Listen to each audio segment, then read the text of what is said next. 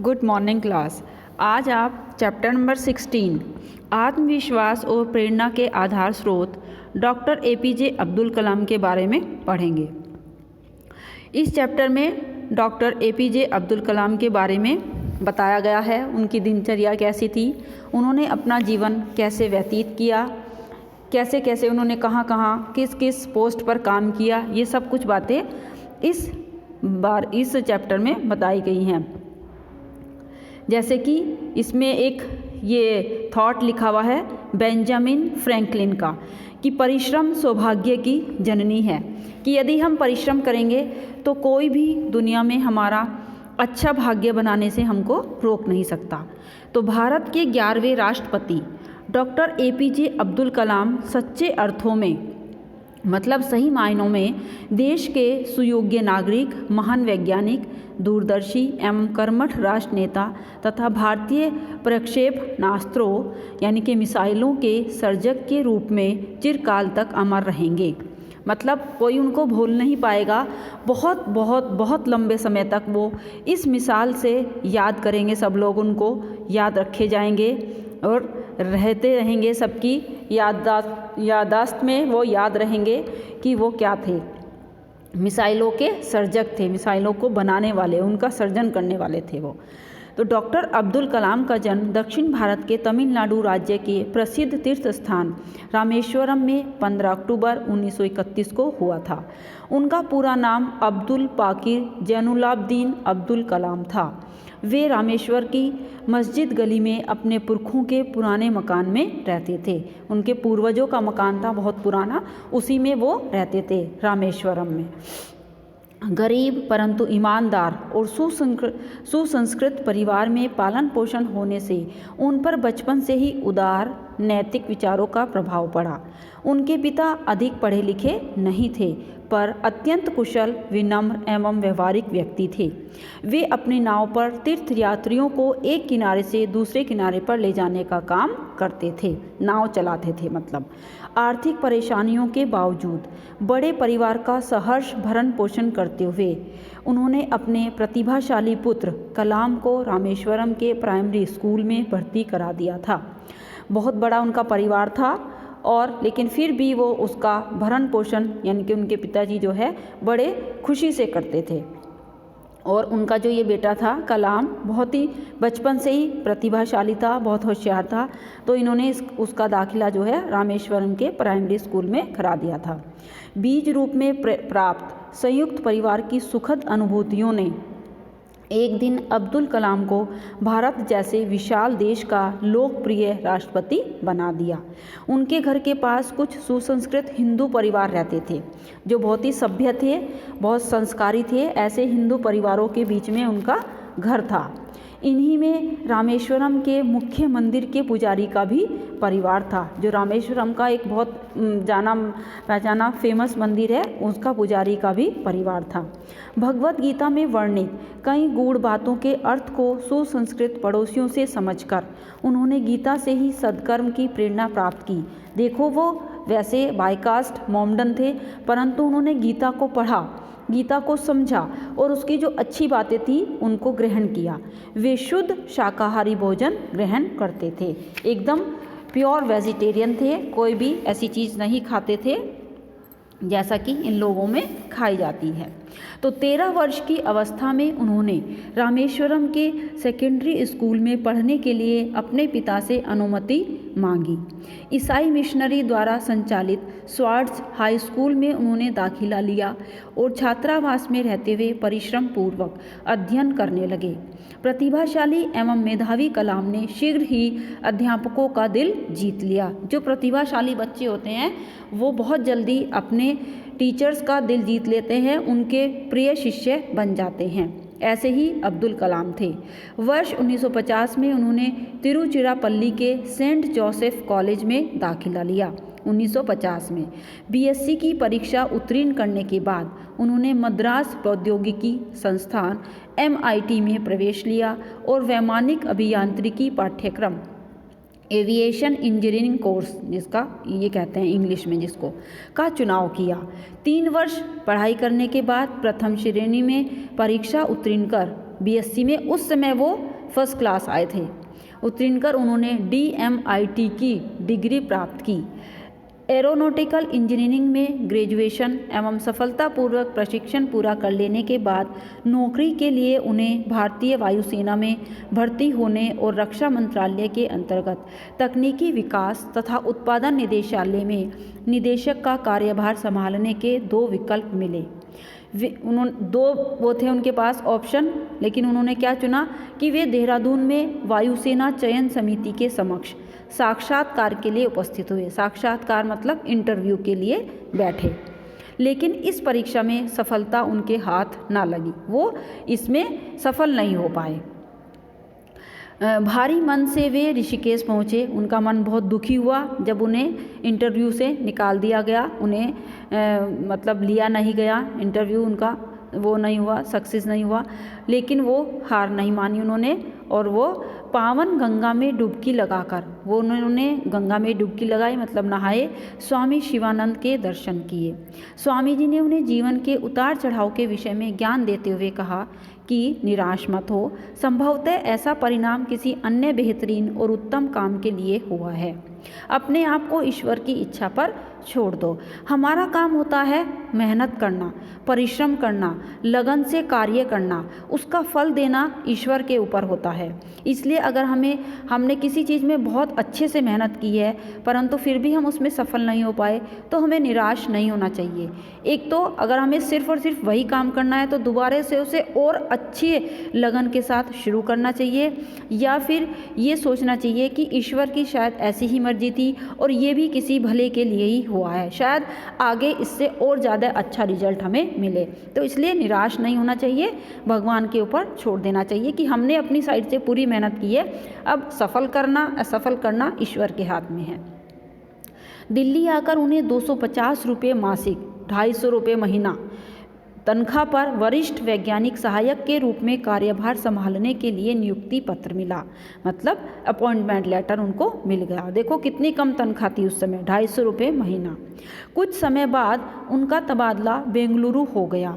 वैमानिक विकास प्रतिष्ठान में उनके अधीन 4 वैज्ञानिकों की एक समिति बनाई गई, एक कमेटी बनाई गई जो उनके अंडर में, उसमें 4 वो थे वैज्ञानिक साइंटिस्ट थे। इस समिति ने पूर्ण रूप से स्वदेशी नंदी नामक हावरक्राफ्ट बनाने का दायित्व लिया। डॉक्टर अब्दुल कलाम के परिश्रम, लगन, ज्ञान और आत्मविश्वास से सभी प्रभावित थे। कुछ समय बाद अंतरिक्ष अनुसंधान संबंधी भारतीय समिति ने डॉक्टर कलाम को रॉकेट इंजीनियर के पद हेतु साक्षात्कार के लिए मुंबई में बुलाया। डॉक्टर विक्रम साराभाई और प्रोफेसर मेनन उनसे बहुत प्रभावित हुए और उन्हें रॉकेट इंजीनियर के रूप में चुन लिया गया। वर्ष 1962 में भारत सरकार ने केरल के थुम्बा नामक स्थान पर एक रॉकेट लॉन्चिंग सेंटर स्थापित किया, जहां से रॉकेट जो है लॉन्च होते थे। रॉकेट लॉन्चिंग में 6 महीने के प्रशिक्षण के लिए अमेरिका के नासा केंद्र में जाने के लिए डॉक्टर कलाम को चुना गया। 21 नवंबर 1963 को देश का प्रथम रॉकेट अंतरिक्ष में भेजने का निर्णय किया गया। कब भेजा गया था? 21 नवंबर 1963। कलाम ने इसके तमाम तकनीकी दायित्वों को संभाला था। सारा इसकी पूरी कार्यभार जो था कलाम के ऊपर थी। इसकी सफलता के बाद वैज्ञानिकों एवं तकनीशियनों का मनोबल बहुत ऊंचा हो गया। उसको छोड़ भी दिया गया 21 नवंबर 1963 को और वो सफल भी हो गया, तो उससे हमें और हौसला मिला भारतीयों को। तो वो तो होता ही है, जब हमारा कोई काम सफल हो जाता है तो हमारा कॉन्फिडेंस बढ़ जाता है। अब 20 नवंबर 1967 को रोहिणी 75 नामक रॉकेट थुम्बा स्टेशन से अंतरिक्ष में भेजा गया। फिर एक और भेजा गया, वो 20 नवंबर 1967 को भेजा गया। श्री हरिकोटा में दूसरा रॉकेट लॉन्चिंग सेंटर स्थापित किया गया। अब तो जब हमें किसी काम करने की कोई तकनीकी पता चल जाती है तो काम बढ़ते चले जाते हैं, हम करते चले जाते हैं। तो स्वतंत्रता प्राप्ति के पहले 15-20 वर्षों में भारतीय वैज्ञानिक पुर्जों तथा रक्षा सामग्री के लिए पूरी तरह विदेशी सहायता पर निर्भर रहते थे। इस कमी को पूरा करने के लिए integrated guided missile development programme IGMDP आरंभ किया गया। इसका संपूर्ण दायित्व अब्दुल कलाम को सौंपा गया। मिसाइलों का गहन अध्ययन करने के दौरान उन्हें पता चला कि 4 प्रकार के प्रक्षेपणास्त्र देश के लिए नितांत आवश्यक हैं, यानी कि 4 प्रकार की मिसाइलें बनाना हमें बहुत ज़रूरी है, जो हमारे देश के लिए जिनकी बहुत ज़रूरत है। कौन कौन सी हैं वो? नंबर 1, ज़मीन पर वार करने वाले दुश्मनों के टैंकों, जहाज़ों तथा सैन्य सामग्री को नष्ट करने वाले प्रक्षेपास्त्र। एक ऐसे होने चाहिए जो ज़मीन पर ही वार करें और दुश्मनों के टैंकों को, जहाज़ों को नष्ट कर दें। दूसरे, ज़मीन से आकाश में निर्धारित स्थल पर वार करने वाले प्रक्षेपास्त्र, यानी कि ज़मीन से छोड़े जाएं वो, और जो आकाश में दुश्मनों की चीज़ें हैं वो वहाँ पर नष्ट कर दें, जो दुश्मनों के हवाई हमलों का कारगर ढंग से सामना कर सके, कि जब दुश्मन का हवाई जहाज उसमें आकाश में हो तो वहाँ नीचे से ही वो वहाँ पर वार करे और उसे नष्ट कर दे। तीसरे, आकाश से आकाश में वार करने वाले प्रक्षेपास्त्र, जो आकाश में विचरण करने वाले दुश्मनों के बम वर्षक विमानों का पता लगाकर उन्हें मार्ग में ही नष्ट कर सकें। ये देखो कि आकाश में ही हो दोनों, और आकाश में ही उन्हें वार करना हो, लेकिन पता होना चाहिए कि वो कहाँ पर घूम रहे हैं, दुश्मन के बम वर्षक विमान जो हैं कहाँ हैं, तो वहीं पे उन्हें नष्ट कर दें। नंबर 4, ऐसे प्रक्षेपास्त्र जिन्हें लड़ाकू विमानों से दागकर दुश्मनों के ठिकानों तथा उनके सैनिकों और युद्ध सामग्री को नष्ट किया जा सके। अग्रभाग में बम लगे रॉकेट को मिसाइल कहते हैं। जिसके सबसे आगे बम लगा हुआ रॉकेट होता है उसे मिसाइल कहते हैं। यह वास्तव में एक विध्वंसक हथियार है। मिसाइलों को वायुयानों, पनडुब्बियों अथवा भूमि से दागा जा सकता है। दागा मतलब वहाँ से उनको छोड़ा जा सकता है, चलाया जा सकता है। जिन मिसाइलों को रेडियो तरंगों द्वारा या किसी आंतरिक क्रियायंत्र के माध्यम से नियंत्रित किया जा सकता है उन्हें नियंत्रित मिसाइल कहते हैं। ये सारी बातें, इसमें कम से कम 100 क्वेश्चन बन जाएंगे इस चैप्टर से, तो ये सारी बातें आपको पता होनी चाहिए। कहीं से भी कोई भी क्वेश्चन आ सकता है। ये मिसाइलें निश्चित स्थान पर अपने निर्धारित लक्ष्य का पता लगा सकती हैं। भारत में पृथ्वी, आकाश, नाग, अग्नि जैसे विभिन्न प्रक्षेपास्त्रों के उत्पादन का कार्य आरंभ हो चुका है। 16 सितंबर 1985 को श्रीहरिकोटा से त्रिशूल मिसाइल का सफल प्रक्षेपण किया गया। 25 फरवरी 1928 को पृथ्वी मिसाइल का परीक्षण भी सफल रहा। 22 मई 1989 को अग्नि मिसाइल का सफल परीक्षण किया गया। उन्होंने भारतीय नौसेना के लिए पृथ्वी मिसाइल सुपरसोनिक सिस्टम विकसित किया जो युद्धपोतों को नष्ट कर सकती है। वायुसेना के लिए शक्तिशाली मिसाइल तैयार किया तथा रडार प्रणाली से सज्जित कर उसे और अधिक प्रभावशाली बनाया। इस प्रकार के चालक रहित विमान स्वयं ही शत्रु के विमानों का पता लगाकर उन्हें निशाना बना सकते हैं। उन्होंने 2020 तक की योजना बनाकर India 2020 a vision for the new millennium नामक पुस्तक भी प्रकाशित की। इसके अतिरिक्त उन्होंने ignited minds, wings of fire, India my dream आदि पुस्तकें भी लिखी। वे देश के प्रत्येक युवक को कर्मठ और जागरूक बनाना चाहते थे। मतलब कि अपनी साइंस के बारे में जागरूक हो हमारे युवा लोग, युवा बच्चे, और खूब लगनशील बने, परिश्रमी बने। कर्मठ मतलब परिश्रमी। वे चाहते थे कि विद्यार्थियों का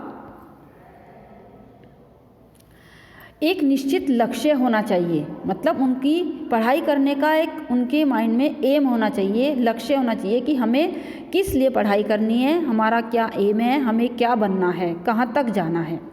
विद्यार्थी अध्यापकों से, इंटरनेट से, पुस्तकों से अधिकाधिक ज्ञान प्राप्त करें। उनका मानना था कि विज्ञान के प्रति रुचि जागृत करने के लिए बच्चों की शिक्षा विज्ञान के प्रयोग और परीक्षण पर आधारित होनी चाहिए। India 2020 a vision for the new millennium पुस्तक में उन्होंने महान प्रगतिशील भारत की कल्पना की है, जहां गांव और शहरों के बीच का अंतर केवल एक बारीक रेखा के समान रह जाएगा। मतलब बिल्कुल गाँव में इतनी तरक्की हो जाएगी और शहर इतने फैल जाएंगे कि पता ही नहीं चलेगा कहाँ गाँव ख़त्म हो गया, कहाँ शहर शुरू हो गया। सभी के लिए स्वास्थ्य की बेहतर सेवाएं उपलब्ध होंगी। गरीबी और निरक्षरता पूरी तरह समाप्त हो जाएगी। प्रतिभाशाली विद्यार्थियों को आर्थिक समस्या के कारण उच्च शिक्षा से वंचित नहीं होना पड़ेगा। प्रशासन पारदर्शी और भ्रष्टाचार मुक्त होगा आदि। पारदर्शी मतलब ट्रांसपेरेंटी होगी, वहाँ पर कौन किससे कितने पैसे ले रहा है, कौन किससे क्या काम करा रहा है, कोई रिश्वत तो नहीं ले रहा है, कोई अंदर खाने काम तो नहीं चल रहा, चुपे चोरी से तो रिश्वत नहीं खा रहा है। इस तरह से ऐसा होगा प्रशासन, मतलब एडमिनिस्ट्रेशन, जो कि बड़े बड़े अधिकारी हैं वो प्रशासन। वर्ष 1990 में गणतंत्र दिवस के अवसर पर डॉक्टर कलाम को पद्म विभूषण का सम्मान प्रदान किया गया। उन्होंने इतने काम किए तब जाकर के पद्म विभूषण उनको मिला। जादवपुर विश्वविद्यालय और IIT मुंबई ने उनको डॉक्टरेट की मानद डिग्रियां प्रदान की। वर्ष 1999 में वे केंद्र सरकार के प्रमुख वैज्ञानिक सलाहकार नियुक्त किए गए। उनकी सेवाओं के लिए उन्हें भारत का सर्वोच्च पुरस्कार भारत रत्न प्रदान किया गया। जो बड़े बड़े जितने भी पुरस्कार हैं, भारत रत्न है, पद्म विभूषण है, डॉक्टरेट की उपाधि है, इतनी बड़ी बड़ी उपाधि उन्होंने ली क्योंकि उनमें इतना ज़्यादा प्रतिभावान थे वो, बहुत ही ज़्यादा।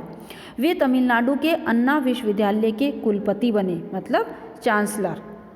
नेशनल डेमोक्रेटिक अलायंस NDA ने उनसे राष्ट्रपति का चुनाव लड़ने का अनुरोध किया।